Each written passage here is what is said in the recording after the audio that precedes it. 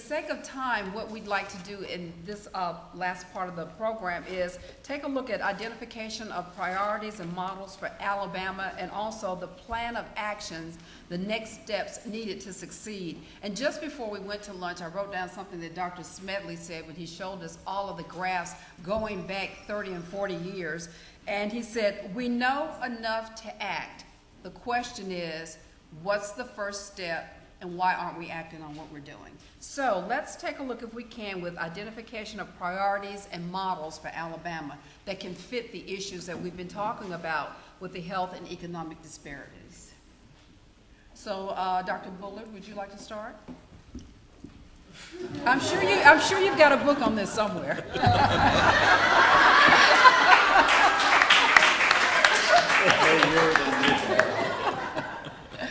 Well, I think it's important that we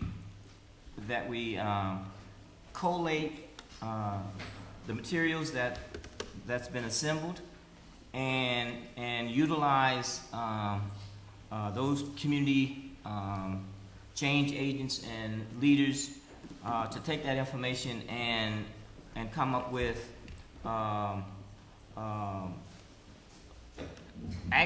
actionable items that can be acted upon short term, mid term, and long term. And I heard 3 items, but I think it's important that that in my mind, connecting the dots between the areas that intersect, so that we don't just do it in a stovepipe fashion. Health is connected to housing, transportation, land use, economic development, etc. And understanding, even though we may want to do 3 actionable items, to understand the connectivity so that we may not be doing a housing initiative per se, but understand that if we are to deal with economic development and health, that an initiative to create healthy homes, for example, could be a health issue, but it could be a jobs initiative as well as a health initiative.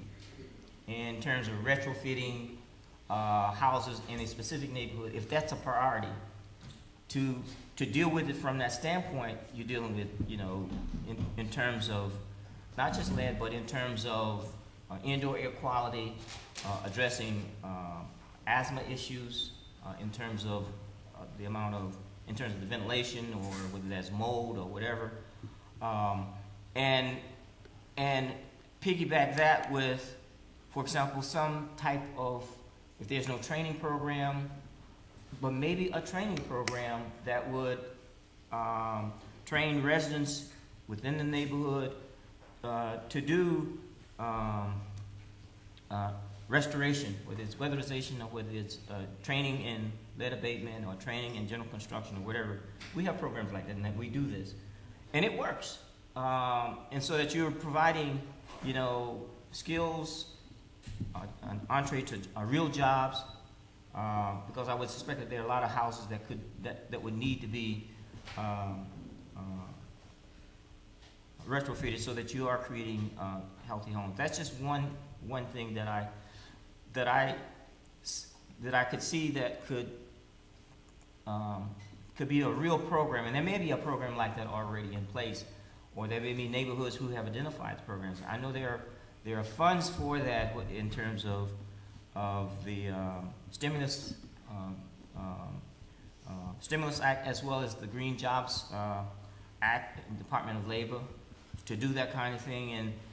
But if health is also part of that overlay, I think it can I guess serve as our starting point to recognize that when you are improving the housing stock and the housing quality, reducing the amount of the triggers for different diseases such as asthma and whatever, and that you're also creating a stable physical environment where people are employed. That's just one point. Can any of you on the panel give us some specific examples of models that you're aware of or that you may have worked on that you know are working in other areas that could possibly be a starting point for here in Alabama? Well, I would just offer, just to kind of piggyback on what Dr. Bullard said, the stimulus legislation, the American Recovery and Reinvestment Act, I think of as a big health intervention. There were provisions in that legislation that addressed a number of issues.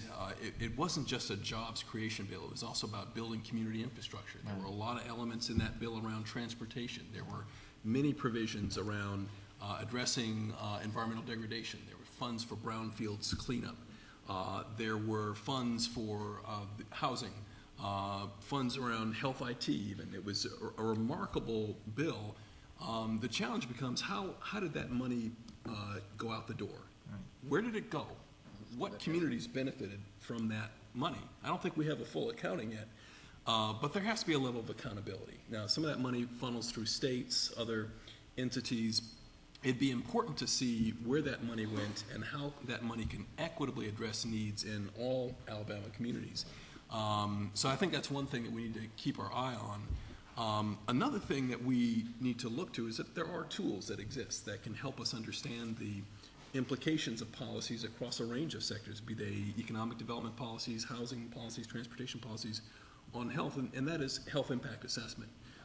There's some very important work going on around the country where policymakers are looking to health impact assessment, which is a comprehensive review of the potential consequences of any policies, programs, initiatives for health, and in particular for health inequities. So as we think about economic growth, as we think about sustainability, I think it would be important to look at those proposals through a health impact assessment lens to understand, is this truly going to help us to create healthier communities, or does it potentially replicate the inequality that we already see? The latter is obviously dangerous because we can't afford the status quo anymore. Anyone else on the panel like to address that? Oh, there's another one. Here's another one. As Brian was saying, when the stimulus dollars came down, there were some creative and forward-thinking city council members and legislators in Kansas City who basically said, we have an area, I forget how many blocks, square blocks, that they like to target and use it as a point of reference to say, let's create this green empowerment zone. And they use this whole idea that if we can improve the physical infrastructure and pump monies into this one area to address the housing, the transportation, the health, and create this area where, and this was a low-income African American part of Kansas City, that they said that they were going to target resources to deliberately, not withhold monies, but deliberately target monies for specific projects, and those projects were going to be green lighted to the point where they were going to be implemented. There was going to be a plan that was going to be followed and evaluated and monitored.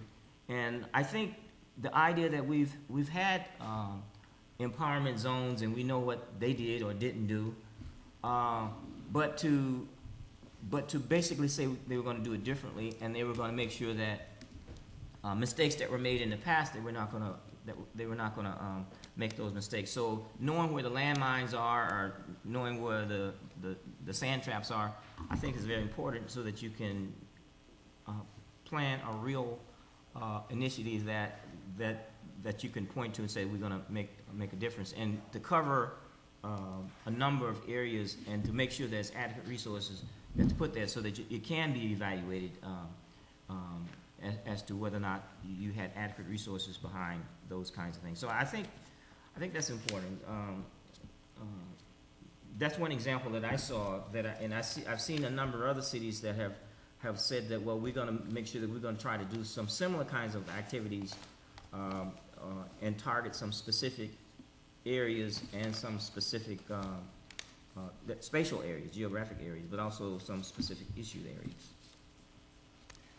I'm uncomfortable personally with, I have ideas about things that I think would be useful. Frankly, that kid screening program seems to me like if it's available, why not do it? I mean, it was presented by the gentleman as available to any community that, we're talking about reducing health disparities. That concretely gets at the problem and seems to, as far as I could tell, have the benefit of doing some community building and coalition building as you went along. So it just seemed to me to be something that was very exciting and worth looking into. But I'm uncomfortable personally, as an expert from Washington, prescribing anything because Marengo County is different from Wilcox, and Wilcox is different from Jefferson, and I thought that this exercise was supposed to be about folks in those communities helping to be part of the process of identifying something. And so I guess if I was going to be prescriptive, now I'm, retracting what I just said, but You're an attorney. I think it's imperative when you leave today. I don't know enough about what actually is on the ground in these communities or what the process commitments are for REACH going forward. But if it doesn't exist, I think you do need to have a community-based coalition and process for identifying local priorities. It could be that folks here today were excited by that screening and some others were not. I don't know, but I just wanted to say that.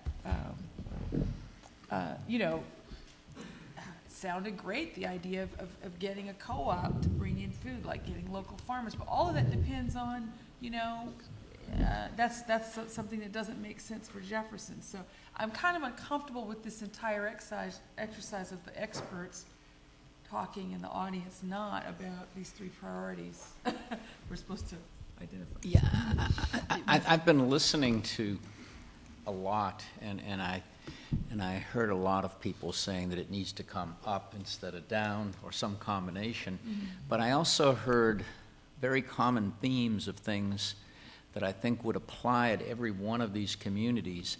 The specificity of within that, the action steps will vary dramatically. I think there's not a county in Alabama that wouldn't agree that improving the education performance of the young people mm-hmm. would not improve the economy and would not improve health care. Mm-hmm. I think so. Education, particularly at the public school level, and then there was also a second theme of transportation.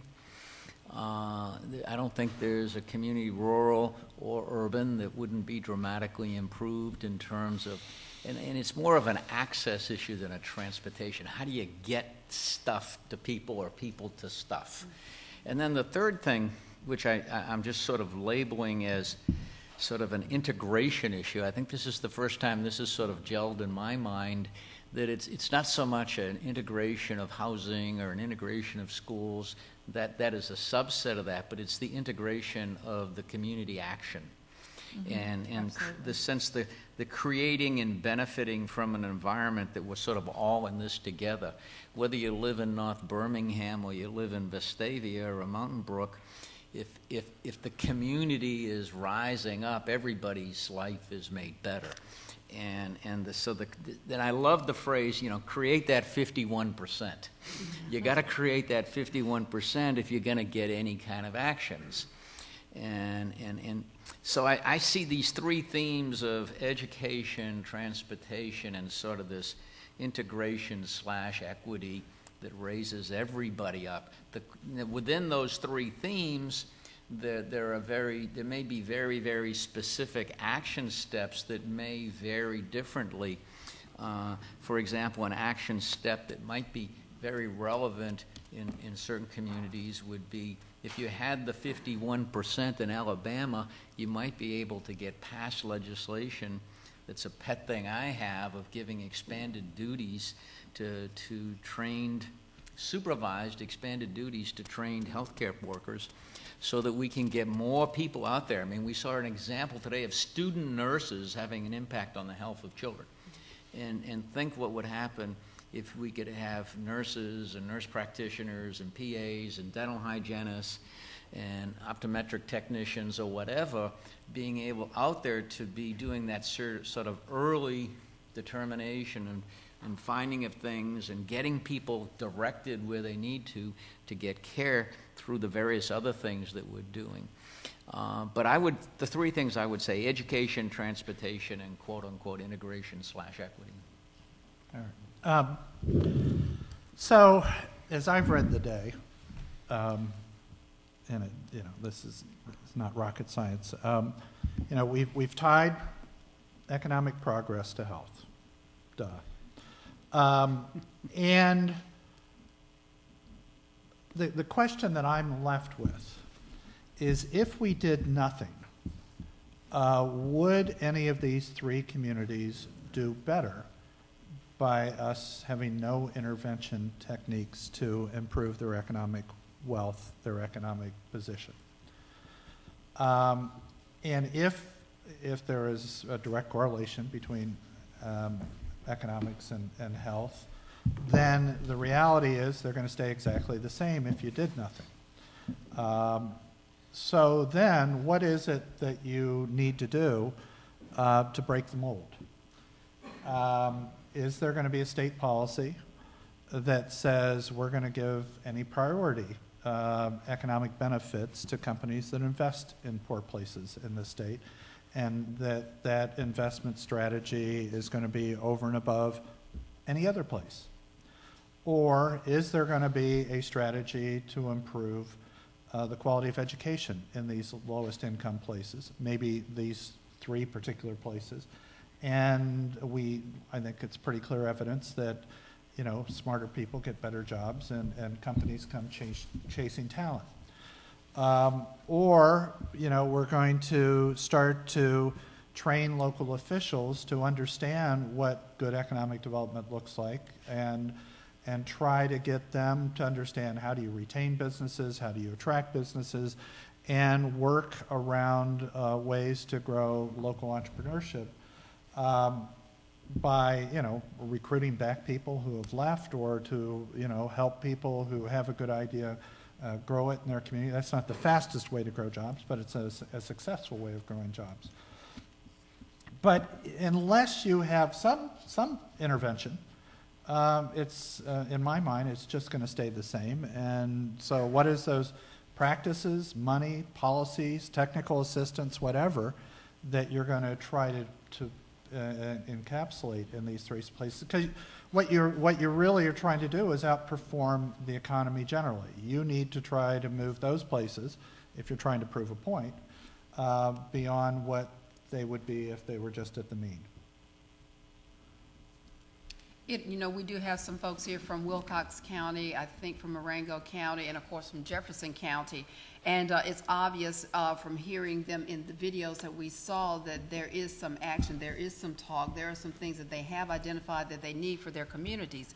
And as Dr. Graham said to us at lunch, you have to engage also the business folks and the political folks.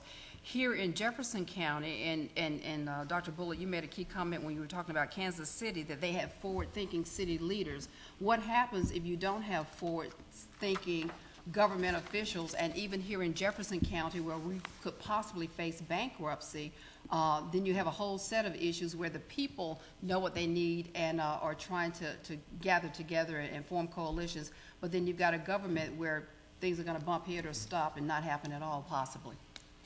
Then what happens? Well, I can tell you what happens. You have East St. Louis, Illinois. You have, the worst of the worst places in terms of poverty.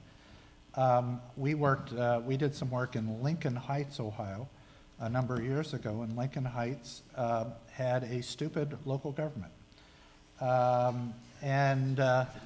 They could chase away a business investment faster than anybody's business. When we finally got Ford Motor Corporation and General Electric to pay for an economic developer and point out how they could improve the sale of their land, and they had all the vacancy within Hamilton County, Ohio. There was no vacant industrial land, and once we showed them that they could actually sell it and get businesses to show up and not interfere in the process very much, all of a sudden their property tax revenue went way up, the employment went way up, and sales, secondary, people going to lunches and buying other services went way up. But as long as local government kept doing it the way they were doing it, they had nothing. And they just kept tripping over themselves and chasing people away. I think there has to be a change in the mindset as to what this whole idea of economic development is, and what this idea of investments in community. And again, since education was one of those 3 priorities that was mentioned, I think not until the business community, i.e. the Chamber of Commerce, which is basically the chief booster for business, until they realize that having a good education public school system is not only an investment, but it is part of economic development. And when the Chamber of Commerce realizes that businesses will pack up and leave because the education infrastructure has deteriorated to the point where they see they're not getting the quality workers that they could get elsewhere, not only then will those powers that be start to invest in education. Newark, New Jersey, for example, when people think of Newark, many people they think of Newark in the same category as a Detroit. But Newark, New Jersey, and the study just came out last week, looking at high school graduation rates and African American males. The study compared all of the major cities in the country and looking at graduation rates among African American male. Newark, New Jersey has a 75% graduation rate for black males, which is the same as for whites. Whereas if you look at a place like New York and Nashville and Dallas, some others, not Dallas, some other cities, like Atlanta, ours is only like 40%. Now the Chamber of Commerce will start looking at those numbers, and the fact that the reason why, and 75% is high, very high. That's the watermark. And when you look at the fact that how can a poor city like Newark get their graduation rates up so high for black males, high like that, it was only because of a plan, a strategy, and an implementation initiative that put money into targeting those things that keep young black males in school, in programs where they're learning, they're getting the lessons, they're doing all the things. So it targeted with a plan, almost like a Marshall Plan, and you get the numbers up. Most cities are not willing to put the money where their mouth is, and so we get these atrocious graduation rates or these atrocious dropout rates. And so I think a lot of it has to do with, you may be a poor-ass city, but that doesn't mean that just because you're poor means you need to have these acceptable these things that ordinarily would be unacceptable. To have a 35% graduation rate for black males, or in a state having across the state is 25%. That is unacceptable. That is criminal, and they're using tax dollars. So I think until we get to that point of getting people angry, upset, and to the point of saying we're going to put our money, we're going to target these resources, and we're going to have some benchmarks, and we're going to have some quantifiable goals and objectives, and we're going to get there. And Newark did it. Newark did it. And as I said, Newark is as poor as Detroit. Detroit has some of the worst. And so I think this is not rocket science, but I do think that it takes some science, and it's more political science. And it's more political science. And if we think of these young people as expendable and they just warehouse them and then send them out, or they push them out and they drop out, that's acceptable. And if we think that we're going to have, employment, if they're going to be employed, they're not going to be employed. They're going to be out there in the streets, and the crime rates are going to go high like this. Correlation. So let's be real about this and understand that we have to put our money into a plan and stick with that plan and make sure that there's accountability and move forward. That's part of the reason why, if I was going to be prescriptive about one thing, it was about having a community process where you coalesce around priorities that a coalition is willing to fight for. Now, correct me if I'm wrong, did that initiative come out of the crisis with some of the, that there was a couple of terrible incidents with young people being shot, like almost execution style in Newark? Was that? Well, I think it came out of an issue that the fact that the people in Newark, the scores in Newark were so bad. But it was a crisis. It was situation. a crisis. Okay. It was almost to the point of why do we have a public school system since they only graduating some like 20% of the kids, and so it's almost like well why? The reason I asked the question is the civil rights movement, people organized because they had an obvious target, right? They had an obvious target. Jim Crow segregation. It was offensive. It was a target to organize around and fight for. In the absence of that,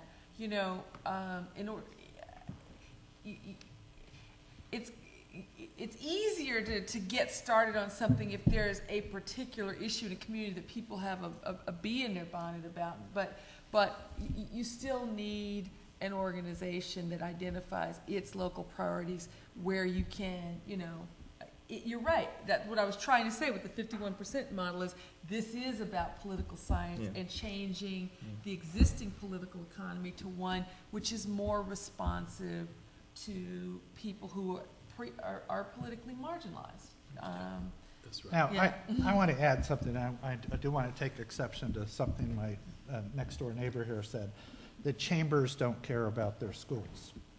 I don't know a chamber in the country that isn't fighting for their schools. I didn't say that. Well, you said something close to Well, that. I'm very capable of saying what I mean and meaning what I say, so don't Okay, interpret. And I said it in English. Okay, why don't you repeat what you said then?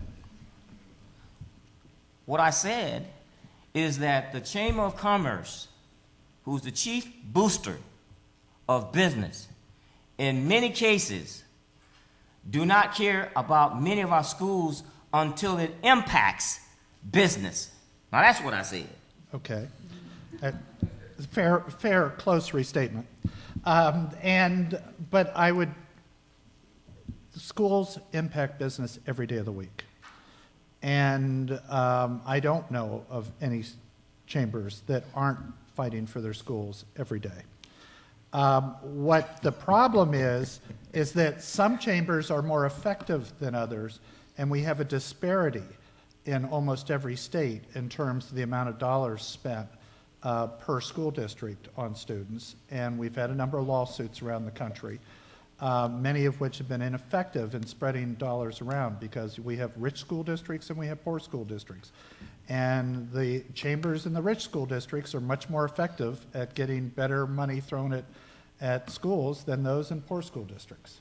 That's the political science. That's the political science. I don't disagree with you there. But I deal with chambers all day long, and their education is number one on most of their lists. Well, I would just like to add to that I think that chambers and other stakeholders need to put equity front and center on the agenda. I mean, we cannot ignore the tremendous inequality that persists. You know, I cited some demographic data earlier. The country is browning, and if businesses want to survive, if we want to survive as a nation and as a community, we need to attend to equity issues.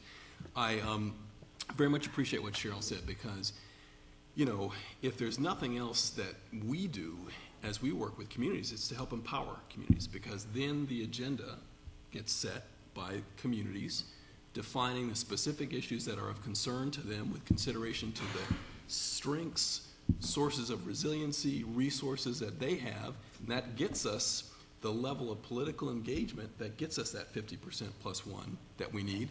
And that can, if done right, take care of a lot of problems like ineffective local governments. Because if you've got a strong coalition, those folks aren't going to be in office long. It takes care of issues such as the issue that Dr. Blood referenced. Some folks would say, well, a Marshall Plan like that, where are we going to get the money from? How about this as an answer? We spend, and some folks have done this calculation, if you look at certain blocks in the South Bronx, as a group of journalists has done, you can identify blocks where we are spending millions of dollars to warehouse and incarcerate the men that lived on those blocks.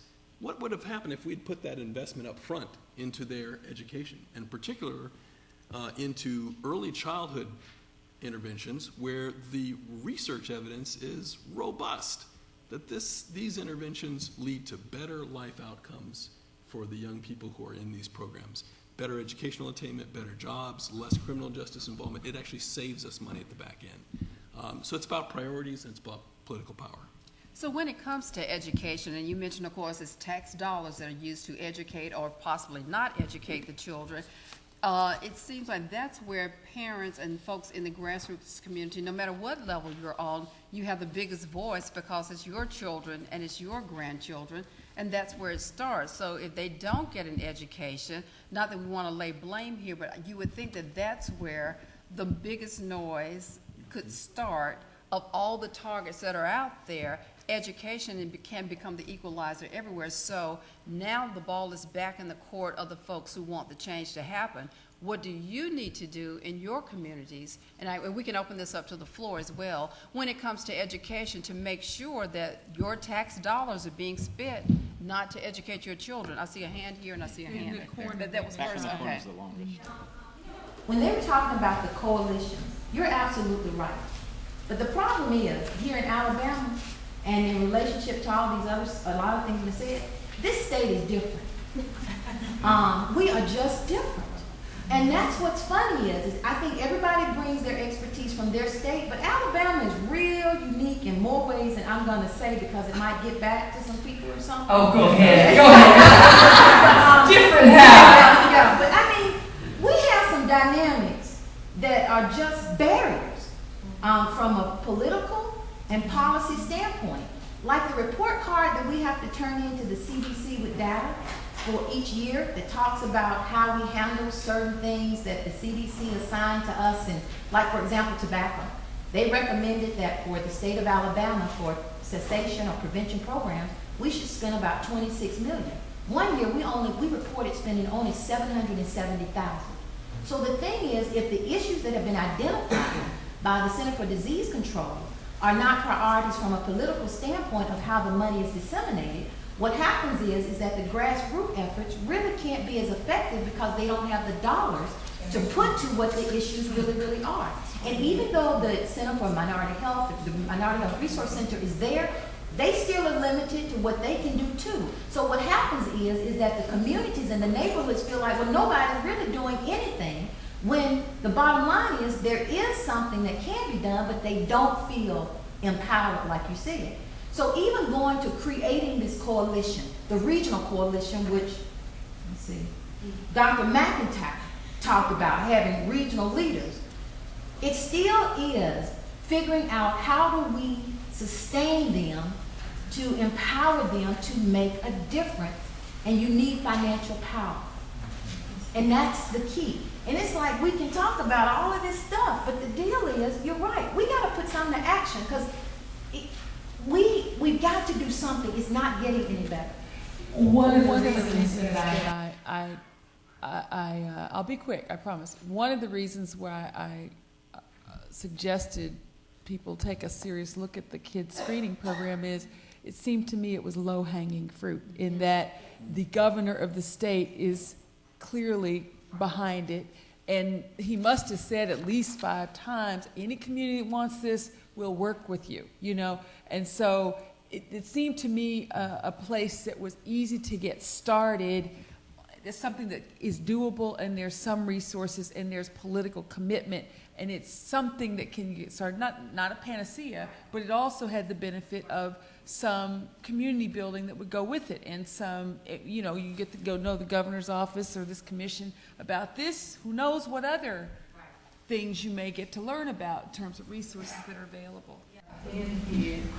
Well, since you're If I could, I'm with Public Affairs Research Council Alabama, and we've worked very successfully with a number of education foundations in Mobile. We're working down in Montgomery, we work with Dothan. Before I finish, I want to make one point that the previous speaker made, and I'm sorry, I'm fighting a lot of allergies right now, so my voice is about to go. The Alabama Constitution, and if you haven't seen the video, it's a big book, really explains what the limitations on the local involvement can be, because you have to get a constitutional amendment perhaps and trust bill that gets voted down by the rest of the state, even though you want to raise your taxes, the rest of the state's not going to let you. So with the Constitution with 823 amendments, that goes a long way to explain some of this. The other thing is, because of the way the foundation program works here in Alabama, we have a very heavily state-funded education K-12 system. And the studies have shown the more centralized state money that you put in, the lower your performance is. We have dozens of presentations on our website, parka.sanford.edu. The LA Times is going to suck the wind out of the room with their teacher scores, but we had one last week with every K-12, well, every school that takes the Alabama reading and math test, that's grades 3 through 8.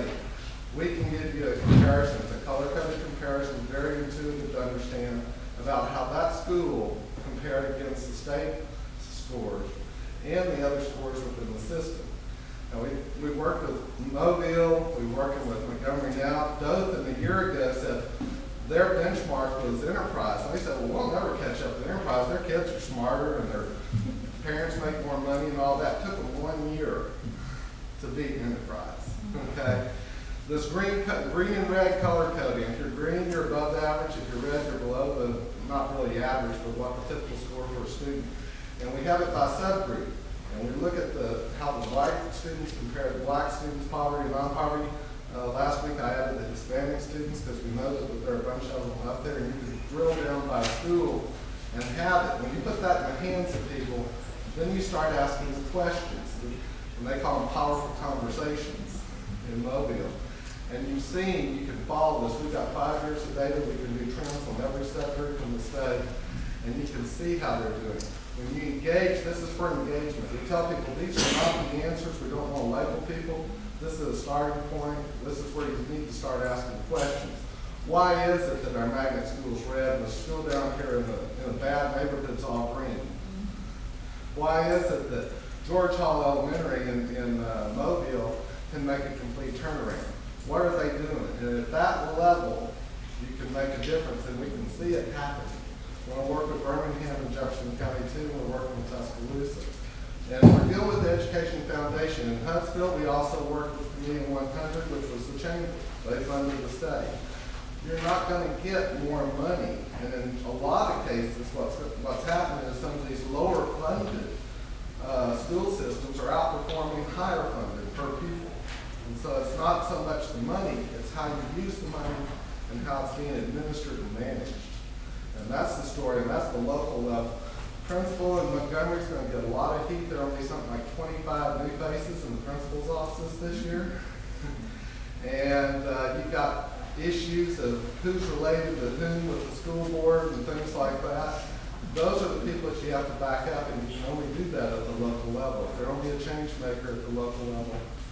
Thank you. Yes.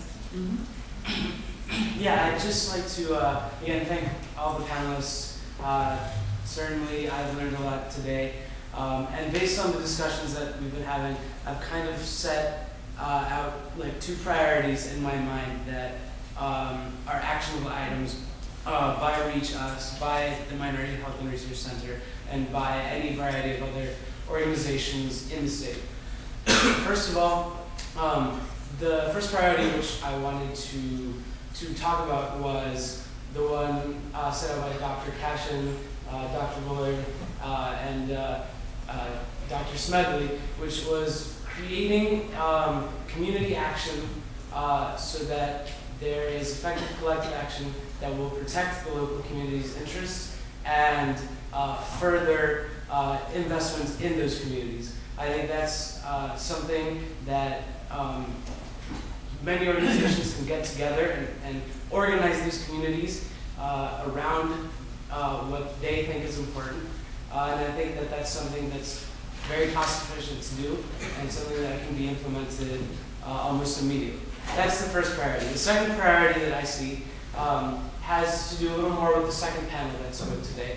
I think that one of the most important things right now in terms of economic development in the country, especially in Alabama, is creating innovation clusters. And we see that, for example, Wilcox and Marengo County are a little different from Jefferson County, but between those two, they're pretty similar in terms of being more of a rural region that have similar resources. So I think this is the second priority, creating opportunities through education to empower these citizens in these counties to engage in entrepreneurial activities, to get trained, get educated, and get working right on the ground.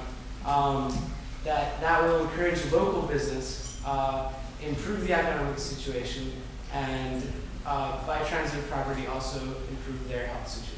So those are the 2 priorities that I see based on the discussions that we've had today. And again, thank you all very much for your time. Thank you. Did you say anything? Thank you.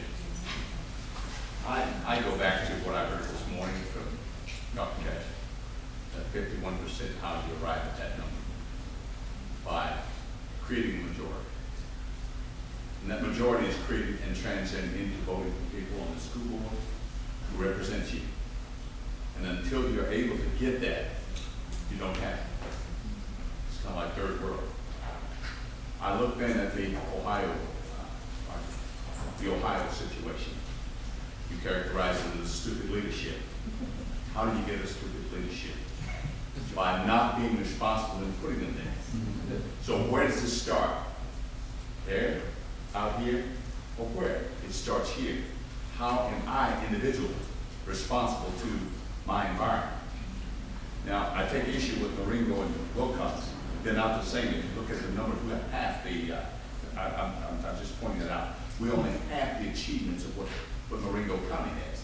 And the difference, I think, is the fact that they had the intestinal fortitude to step forward and have a unified school system. I have been friends with a gentleman who ran one of the biggest businesses in the region. And his challenge was to bring in people to work and to change the dynamics in the community. It was always challenged by this: I will not bring my child into that community and put them in a segregated school system. So it challenged that business, and it hurt business. And if business is hurt, then the community is hurt. When you change the dynamics in Ohio, in that community, you were able to infuse a direct intervention that changed it. But when you're talking about from the ground up, you've got to put good people in office to represent you. I take issue with that. Good leadership creates good communities. And they make sound and wise decisions when they're doing it. And who hold them accountable go back to when I put them in office and I watch what they do. So that is one of the problems I see in the Black Belt. Now, I don't think we ought to leave you today with any illusion that this is going to change tomorrow, next week, or next year. Some of these issues may change within a year or sooner. But for the most part, it's going to take years to change that. But I'm hoping today as we leave here, we'll leave here with one thing in mind. What is that key element that will change these dynamics? And I believe you hit on it, Dr. Cash. Good people in public office. will make that dynamic. Now, one of the things that challenges Black Belt, at least where I'm from, Wilcox County, is that we have a problem with brain drain. I believe you all understand that term. When we raise them, we ship them out. And I believe, Dr., you're a product of blessing the state of Georgia, and Alabama is missing you. I moved away for 35 years. I also lived in Detroit for 35 years. I saw a community, a strong, viable city, the city of Detroit, fall apart, basically disintegrate because of leadership. And also there were some other factors. The base, the tax base left the town. It was deserted, as was Cleveland, as was Flint, Michigan, as were many other cities during the 60s when that happened, and it translated into the 70s. How do we turn that around? How do we turn that around? What lessons have we learned? How can we change those dynamics? Identifying those things, I think we can make a change. And I hope today when we leave here, we at least define what are some of the elements that it took to get us where we are or failed to get us there. Thank you. I'm also from Wilcox County. 2 years ago, I made a decision to enter politics. School teacher for 15 years. Saw the way things were going and wanted to make a difference. Now, we talk about integration and segregation. That's the root of our problem. I see it as the root of our problem because I feel like we're 7% black and the whites don't really feel like they got a chance to win the election. You got qualified whites that won't run for office, and when you get qualified blacks that do run for office, we're being replaced by poor leadership because our poverty level is so bad until you can get those bad people to come in and offer a temporary solution with money and gain office. And until we change the dynamics of our leadership, especially in our school system and our county government, I mean, I can't see any of these as a solution for us because we don't have anybody to get out and come to these summits and find out what's really going on. Your comment makes me very sad, but I just want to underscore, because I want people to understand, when I talked about coalitions getting to 51%, it wasn't just about electoral politics. It was about citizens being organized such that they could influence the people who are in office to make better policy choices. And organizing, you'd be just getting 30 people who are loud and angry to come to a hearing to say this is not right can make a difference sometimes in a given situation, even if you think the person who's making the people in the commission are, you know, present company accepted are bozos. But what's even more important than winning elections at the ballot box is having your coalition organized where you can mobilize people in the community to you know, come to that hearing or to, you know, set priorities or to, you know, speak truth to power. We want to thank you so much for coming here today. We probably did a lot of question asking. We had a lot of dialogue. I think we narrowed it down, but we didn't get it to 3. Although you had 2 very good ones. You had done 2, and I really want to compliment you. Those are 2 exceptionally fine goals. I think within each community, though, there's probably a better sense of the need to get focused.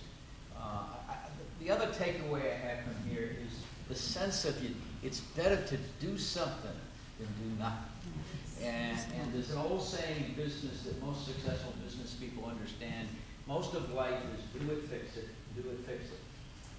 And I want you to know that UAB wants to be part of your do it, fix it. There's a lot of talent at this institution. This is an institution funded by the state. We have a mission. We have a very special mission. Particularly our undergraduate students are what we frequently refer to as students of opportunity. The undergraduate students of this university are typically over 30% first-generation college students. Vast majority of them coming from very modest economic background. Those students are bright, very bright. Dr. Garrison has done exceptional things in finding scholarship money and raising the caliber of our students.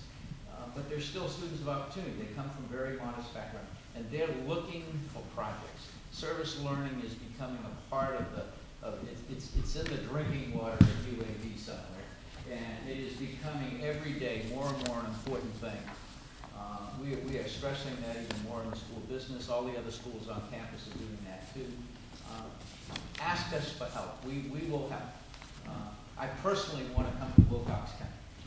If you'll have me, I'll come down there. I want to visit. I want to help you.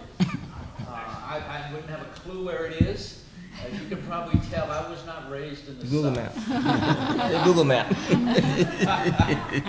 But there's several people that have told me how to get there. They're very good at telling me where to go. But I want to come down there and visit and see if there's some things that we can do to help you. I think there's a lot of that here in this room. I think the other takeaway from this to me was the tremendous importance of bottom-up and the sense of creating communities. If I don't take anything away from here, it'll be the 51%. And in order to get to 51%, though, you can't have 100% of what you want. You're going to have to compromise. There's going to have to be compromises made, but progress comes in that process. And I feel blessed to have been here today. I want to thank everyone here, especially my colleague. She is so good.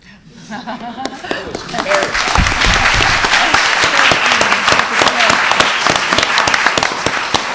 I was not living in Birmingham when she was a celebrity star, but you're a celebrity star in my eyes now. Thank you. Thank you. We want to thank you all very much.